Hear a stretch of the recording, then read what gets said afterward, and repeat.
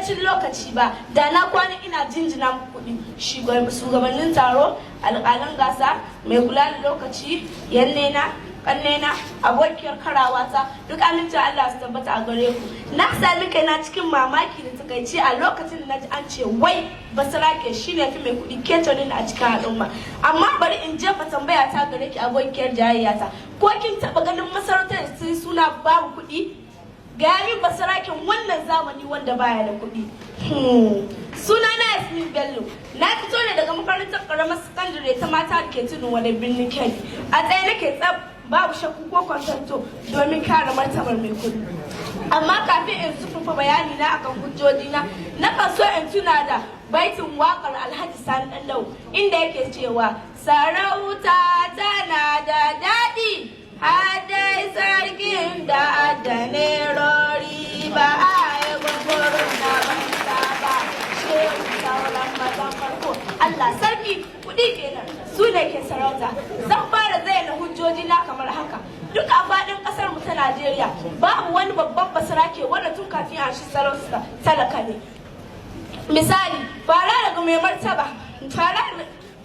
mai martaba sarkin musulmi wanda tsohon hafsan soja ne kuma ya tara. Mai martaba sarkin Gwandu wanda tsohon hafsan soja ne kuma ya tara. Mai martaba sarkin Kano wanda tsohon gwamnan kudin Najeriya ne kuma ya tara. Hakan kadai ya ishi mai hankali gane cewa kudi sarauta ba ta yi sai da kudi. Haka kuma idan aka yi la'akari da kafafen yaɗa labarai da na zamani na sada zumunta kamar su Facebook, Instagram, Twitter da na'ura mai aiki da kwakwalwa, duk waɗannan ababen sun kawo ci gaba a cikin al'umma wurin yaɗa al'adu, addini, ilimi da sauransu.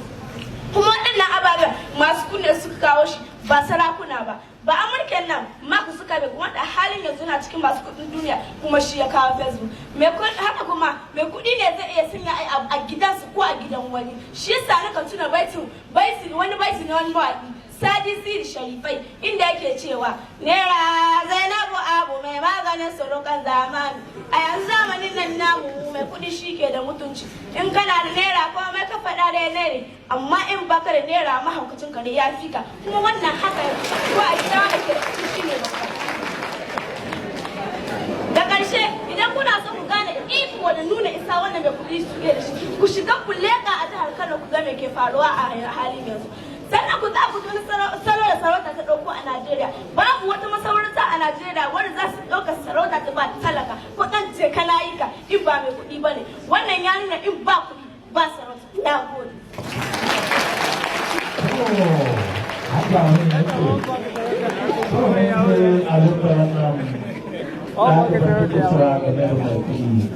Amma bari mu je ta ita kuma abin da za ta mai da martani a kai.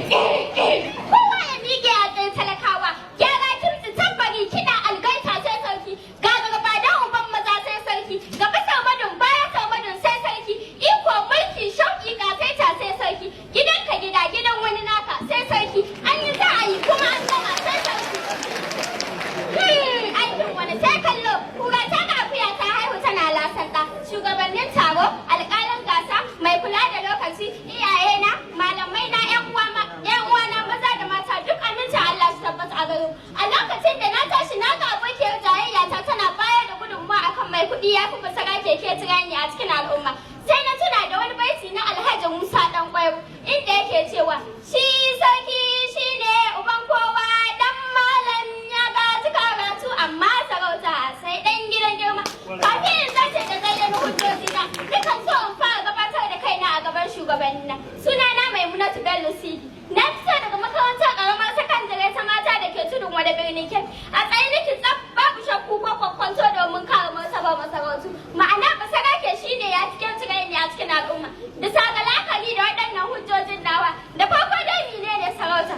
Sarauta wata hanya ce wadda ake mulkin al'umma da ita, wanda ta shafi musu hukunci, kyautatawa da kuma ilmantarwa. Idan mai sauraro zai yi la'akari da tarihi, sarki shine wanda ke bayar da doka akan kowane mutum, mai kuɗi ko malami ko kuma talaka, kuma dole a bi ba tare da gardama ko jayayya ba. Saɓanin mai kuɗi wanda ko a gidansa zai iya sanya doka a ke sabanin da zai iya da ita.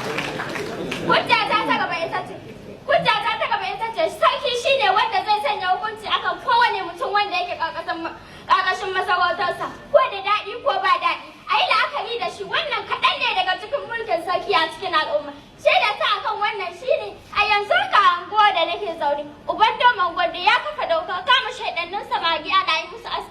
hukunta su wanda ba wani mai kuɗin da zai iya.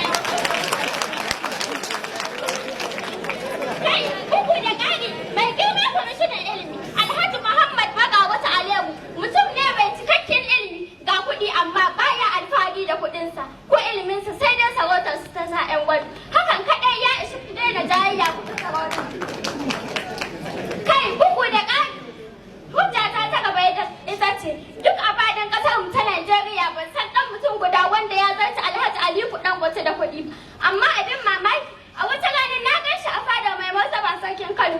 Ya cire takalmin shi ya rusuna a gaban shi yana gaida shi. Kai, wani abu sai da ta